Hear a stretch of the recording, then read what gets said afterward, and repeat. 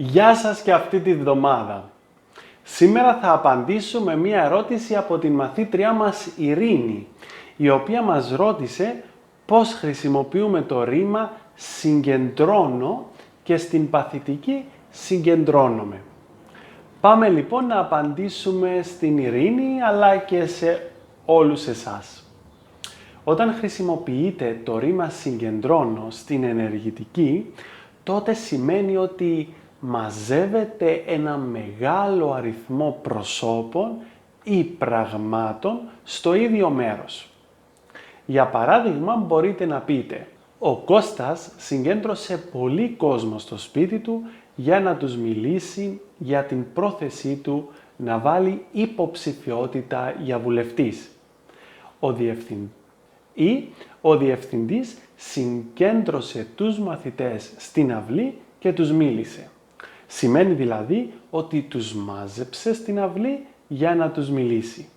Όπως χρησιμοποιούμε το ρήμα αυτό για ανθρώπους, με τον ίδιο τρόπο το χρησιμοποιούμε και για πράγματα.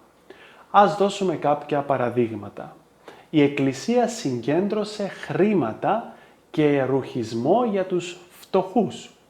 Ή λέμε, η ομάδα κατάφερε να συγκεντρώσει τους βαθμούς που χρειαζόταν για να προκριθεί. Βλέπετε εδώ ότι το ρήμα αυτό χρησιμοποιείται και για τη συγκέντρωση σε ένα μέρος πολλών πραγμάτων. Είναι πολύ σημαντικό να αναφέρουμε ότι με τον ίδιο τρόπο μπορεί να χρησιμοποιηθεί και το ρήμα αυτό στην παθητική. Μπορεί δηλαδή να πείτε «Συγκεντρώθηκαν πολλά χρήματα για τους φτωχούς από την Εκκλησία» ή «Οι βαθμοί που συγκεντρώθηκαν από την ομάδα την βοήθησαν να προκριθεί». Επιπλέον όμως, στην παθητική, το ρήμα συγκεντρώνω αναφέρεται στην συγκέντρωση όλων των πνευματικών και ψυχικών δυνάμεων που έχω σε κάτι.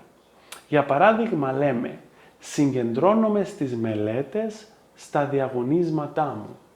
Δηλαδή κατευθύνω όλη μου τη δύναμη, την πνευματική δύναμη στα διαβάσματά μου. Αυτά είχαμε για σήμερα.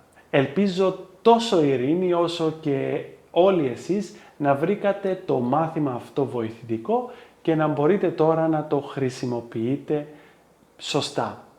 Αν έχετε απορίες, μην διστάσετε να μας στείλετε μήνυμα για να κάνουμε ένα βίντεο μάθημα για εσάς.